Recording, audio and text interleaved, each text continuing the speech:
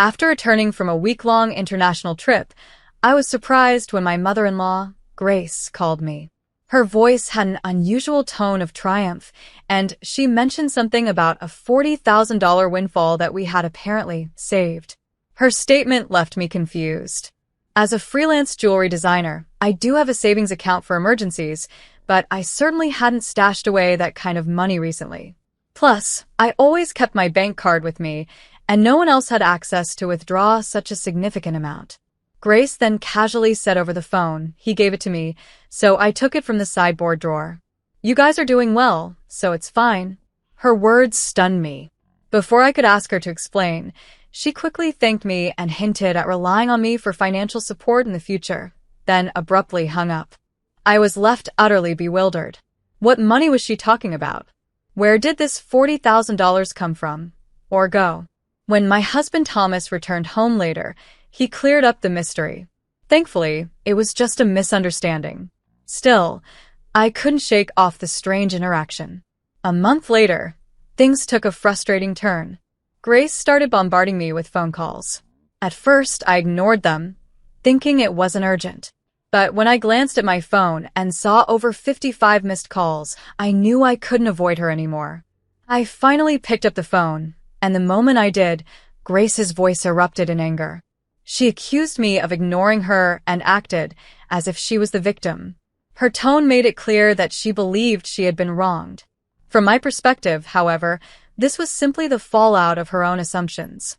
Let me explain a bit about my life. My name is Jessica, and I'm a 37-year-old freelance jewelry designer.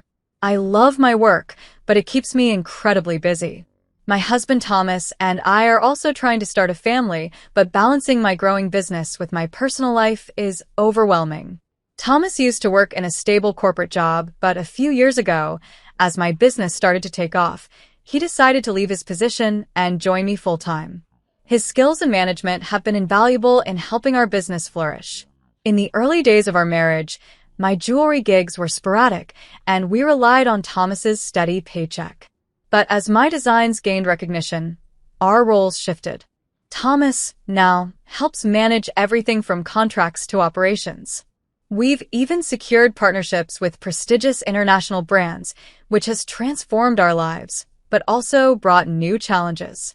One of those challenges is dealing with Thomas's mother, Grace.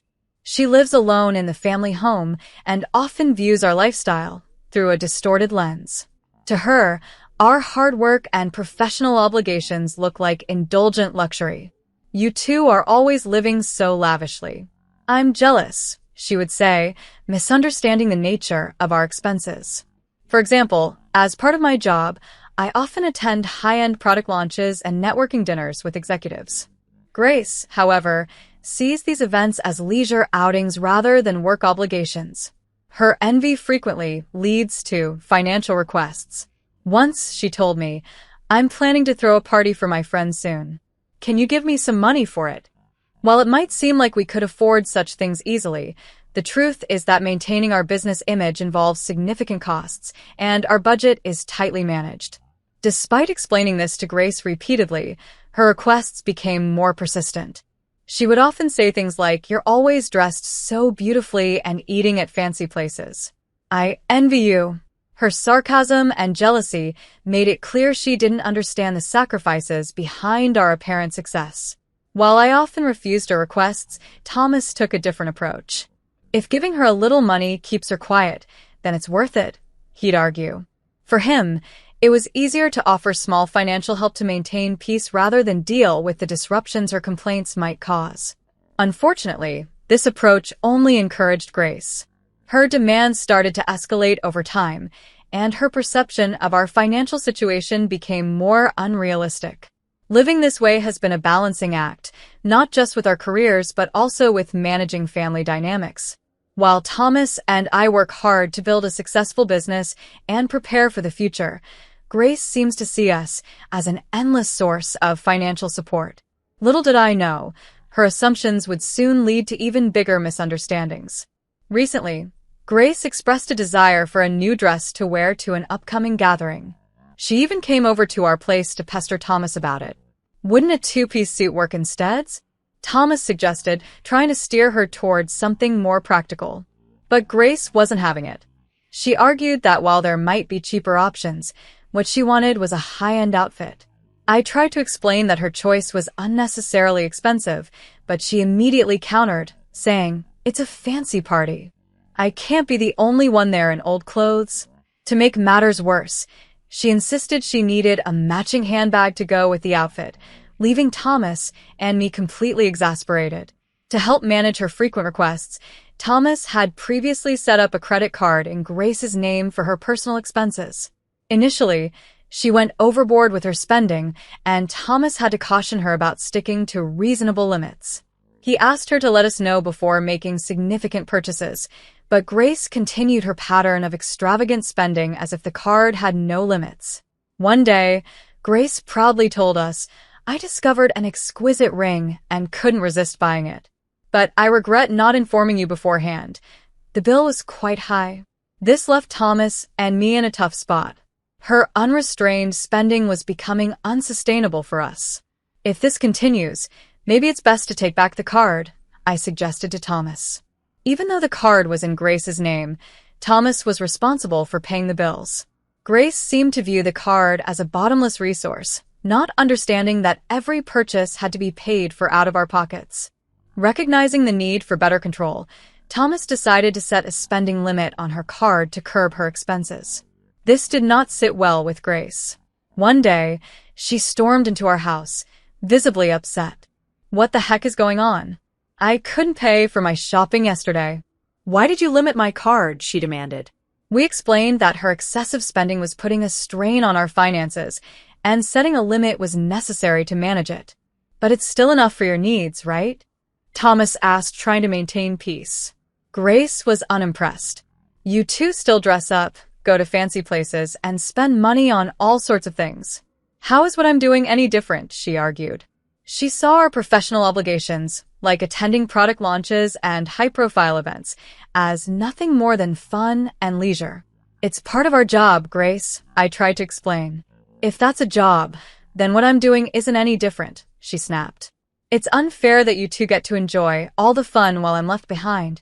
Her misunderstanding of our work only made the situation more frustrating. While it's true that our business involves attending glamorous events, these aren't just social outings. They're necessary for building relationships and maintaining our professional image. Despite her protests, setting a limit on Grace's credit card helped calm things down for a while. Occasionally, she would visit and complain to Thomas about feeling left out, but overall, things seemed more manageable. As the year progressed, an exciting opportunity came our way. A well-known foreign brand approached us with a proposal to expand our business by relocating overseas. The idea was thrilling. It could elevate my career as a jewelry designer to new heights and open doors to becoming one of the top-tier designers in the industry. Thomas, ever supportive and forward-thinking, encouraged me to take the leap. "This is a chance we can't pass up," he said with enthusiasm. We both agreed that moving abroad was the right decision for our business and our future. However, one major concern loomed over us: Grace. Given her past behavior, we knew there was a high chance she would insist on coming with us. The thought of managing her demands while adapting to a new country was daunting, to say the least. When we finally broke the news to Grace that we were planning to move overseas, her reaction was exactly what we had feared. "I want to come too," she declared without hesitation, assuming our relocation was going to be some sort of endless vacation. Thomas tried to explain gently, "We're moving for work, Grace. It won't be as leisurely as you think." But Grace was skeptical. "You're trying to trick me," she said, narrowing her eyes. "You plan to live even more lavishly over there, and you don't want me around to see it." Her response left us speechless. While we were excited about this new chapter in our lives, we realized it wouldn't be without its challenges, especially when it came to handling Grace's unrealistic expectations. Grace accused us of lying about our plans to move overseas. "You're not moving there permanently," she insisted. "You'll come back after your work is done." I tried to reassure her. "That's true. We're not planning to stay forever. We'll come back after our project is finished," I said, hoping to ease her concerns. But Grace wasn't convinced. You're just saying that to calm me down. You're planning to leave me behind, aren't you? She retorted, her voice filled with suspicion. Exhausted from the repetitive argument, Thomas and I felt drained. Finally, Thomas suggested a compromise. Okay, we can't take you with us, but how about we pay for a week-long trip for you instead? Grace's mood instantly shifted. Really? Are you sure? She asked, her face lighting up. We'll cover your flight and hotel, but you'll have to manage your other expenses, Thomas clarified. Grace seemed pleased, at least for the moment, and we were relieved to have temporarily resolved the issue. However, the peace didn't last long. A few days later, while Thomas was busy finalizing arrangements for our move, Grace dropped by unexpectedly. Hey Jessica, I've been thinking I want to shop over there too. Can you give me some money for that? She asked, looking hopeful. What about the card Thomas gave you? I replied, knowing she already had a designated credit card for personal expenses. Her face fell. That's the thing. Thomas took it away from me the other day, she admitted. It appeared Thomas had confiscated the card after she overspent again. Anticipating the complications of managing her spending with international currency rates, he had decided it was best to cut her access altogether. I don't have that kind of money on hand, I told her firmly. I can't give you anything without Thomas's approval. Can you ask him? It's no use asking him. That's why I'm coming to you, she pressed, her frustration growing. She raised her voice, but I stood my ground. Despite her persistence, I couldn't give her what she wanted. Eventually, Grace did go on a 12-day trip abroad. I assumed Thomas had managed to fund it somehow, though he hadn't mentioned the details to me. When she returned, she called me, her voice brimming with excitement. I'm back. It was amazing. I had so much fun, she gushed, sharing stories of sightseeing and fancy dinners without me even asking. She continued, oh, and I bought so many souvenirs that I couldn't fit them in my suitcase. I had them shipped here instead. I can't wait for them to arrive. That's nice, I replied, keeping my tone neutral despite feeling overwhelmed by her enthusiasm. Thanks to the money you saved up, I had a blast, she exclaimed, catching me off guard. Saved up money? What are you talking about? I asked, alarmed. I had no recollection of setting aside money for her. I found it in the sideboard drawer in your house, she replied casually. It was $40,000. I took it and used it. Her words left me stunned. Why would such a large amount of cash be stashed in a drawer? And how could she think it was okay to take it? Trying to stay calm, I said, Grace, taking money from our house without permission is theft, even if you're family. Do you understand how serious this is? Grace shrugged off my words. That's why I'm telling you now. I used it. Consider it a post-fact report, she said unapologetically. I have no idea where this money came from, but if you took it and spent it without telling anyone, that's a crime, I explained. And if Thomas had set it aside for something important, it's even worse. Grace didn't seem fazed.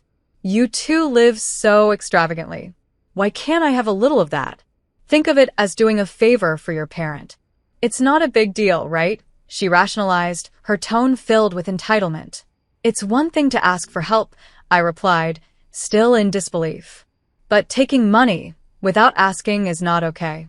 I'm glad you enjoyed your trip, but I'll have to discuss this with Thomas when he gets back. Grace, undeterred, said confidently, Thomas will understand. After all, I'm his mother, and $40,000 isn't much to him. That evening, when Thomas returned home, he seemed troubled. Jessica, do you know about the money I left in the sideboard drawer? He asked urgently. What money? I asked, already suspecting the worst. 15 days ago, I withdrew $40,000 from the bank for an urgent payment, but now it's gone. Keeping such a large sum in the drawer was careless, but I needed it readily available for a transaction. Do you know anything about it? It all clicked. Grace's earlier call, her stories about the trip, and her casual mention of taking money. It was Thomas's money she had spent. Thomas, I said, Grace called me today to thank us for $40,000 and said she had a great time on her trip. I didn't understand what she meant until now. Thomas's expression shifted from confusion to frustration as he realized what had happened. She took the money? He asked, his voice filled with disbelief. The situation had escalated far beyond the usual family drama, and we both knew it wasn't going to be easy to resolve. I sat down, piecing together everything Thomas had shared. The $40,000 Grace had taken was Thomas's, but I still didn't fully understand its purpose. Thomas, why did you withdraw such a large sum in cash? We usually handle payments through bank transfers, especially for business. Why the sudden shift to cash? I asked, still trying to grasp the bigger picture. Thomas sighed, the weariness clear in his voice. He began to explain, after I reduced the limit on Grace's credit card, she started secretly borrowing money from various sources, consumer finance cards, credit cards, ones she opened without telling us. When I discovered how much debt she'd accumulated, I took away all her cards to stop the spiral. I withdrew cash to settle her debts directly, bypassing the banking system to keep our business accounts clean. I wanted to handle this discreetly, especially since we're moving abroad and won't be around to help her manage things anymore. He paused before continuing. This was meant as a farewell gesture, my way of tying up loose ends before we leave. But Grace didn't use the money for what it was intended. Instead, she blew it on that trip. Hearing this, I felt a mix of anger and frustration. Thomas's intentions had been noble, but Grace's actions had undermined his efforts. As I processed the situation, a month passed, and we were deep in preparations for our overseas move. During that time, Grace's calls became more frequent and impossible to ignore. When I finally answered one of her calls, her voice was filled with desperation. Why haven't you been answering my calls? I've tried so many times, she cried, sounding close to tears. I'm sorry, Grace. I've been caught up with packing for the move. What's going on? I asked, trying to stay calm and give her a chance to explain. It's everything, Jessica. They're asking for payments every day. It's too much, she confessed, her voice breaking. Have you tried contacting Thomas about this? I asked, hoping she'd sought his help first. He's blocking my calls. I can't get through to him at all. Jessica, you're my only hope now. Please help me, she pleaded, her desperation evident. It was then I realized how deeply Grace's financial recklessness had trapped her. With Thomas cutting off her access and refusing to engage, she was turning to me as her last resort. The situation had grown more complicated than I had imagined. When Thomas returned home, I relayed Grace's pleas to him. He listened, his expression a mixture of exhaustion and resignation. I had planned to sort this out before we left, Jessica, but she squandered the chance I gave her. That money was meant to settle her debts, and instead, she used it for a luxury vacation. What else can I do? He said, his voice cold. His frustration was justified, but I still felt uneasy about blocking Grace entirely. Yet, with our business expansion underway and our financial resources already stretched thin, there was no room to take on Grace's burden, especially after she had misused the funds. Despite my lingering guilt, I followed Thomas's lead and blocked her number, focusing on our move. As the chaos of packing consumed my days, another shocking piece of news surfaced. Grace had sold her house, the family home where Thomas had grown up, in an attempt to manage her mounting debts. But even after selling the property, the money wasn't enough to cover everything she owed. The realization that the home was gone was devastating. Thomas, the family home is gone. Are you okay with that? I asked, sensing the sadness he was trying to mask. He shook his head, his voice tinged with sorrow. How can I be okay with it? That house was where I grew up, where so many memories were made. But there's nothing we can do now. It's her choice, and we're not in a position to help anymore. Losing the house felt like losing a piece of Thomas's childhood, a profound and irreversible loss. It was heartbreaking to see him wrestle with these emotions while knowing there was no way to salvage the situation. The house, a symbol of stability and family, was gone, and with it, a part of Grace's ability to recover from her financial chaos. As we prepared to leave for our new life overseas, the weight of what had transpired lingered heavily. Grace's actions had strained our relationships, depleted resources, and left Thomas with the painful realization that he could no longer shield his mother from the consequences of her own choices. The move promised a fresh start, but it was bittersweet, knowing we were leaving behind not just our old life, but also unresolved family turmoil. The loss of a family home is a profound experience, one I had endured earlier in life, when my parents' house was taken away. Watching Thomas go through a similar ordeal brought back those emotions, but his situation felt even more complicated. Unlike my past, Thomas wasn't just losing the physical place where his earliest memories were formed. He was losing a deep emotional sanctuary. To make it harder, his mother, Grace, was still alive, a painful reminder of the circumstances that led to this loss. It's hard to describe the feeling of losing a family home. It's not just about bricks and mortar. It's about losing a piece of one's identity and the comfort of knowing there's a place to return to, a constant amidst life's changes. The house becomes a symbol of security, memories, and history, something Thomas could no longer hold on to. The absence of that anchor weighed heavily on both of us as we prepared to leave for a new chapter in a different country. Grace, now living in a modest apartment, faced a stark new reality. Her days were consumed by managing her debts and working part-time to stay afloat. For someone her age, finding work was not only challenging but often exhausting and unrewarding. The life she now led was a drastic shift from the unchecked spending and financial freedom she once enjoyed. While it was hard not to feel sympathy for her, it was tempered by the understanding that her current situation was a result of her financial recklessness. Life has a way of teaching us that actions have consequences, and Grace's case reaffirmed that hard truth. No matter your age or stage in life, financial responsibility is crucial. Her struggles served as a cautionary tale, a reminder of the importance of planning and restraint, even when life seems comfortable. Meanwhile, our new life abroad began to flourish. The move had propelled our business into the international spotlight, far exceeding our expectations. Inquiries and offers poured in from all over the world. Each new email or call brought exciting opportunities for expansion and collaboration, but it also demanded more of our time and energy. The thrill of success was undeniable, yet it consumed our lives entirely. Days blurred into nights as we juggled time zones, cultural nuances, and an endless stream of tasks, all to seize this golden opportunity. Our personal lives, however, bore the weight of this relentless pursuit of professional growth. The dream of expanding our family, something Thomas and I had talked about for years, seemed increasingly distant. We told ourselves we'd revisit that dream once things settled down, but deep down, we knew that the demands of our work wouldn't ease anytime soon.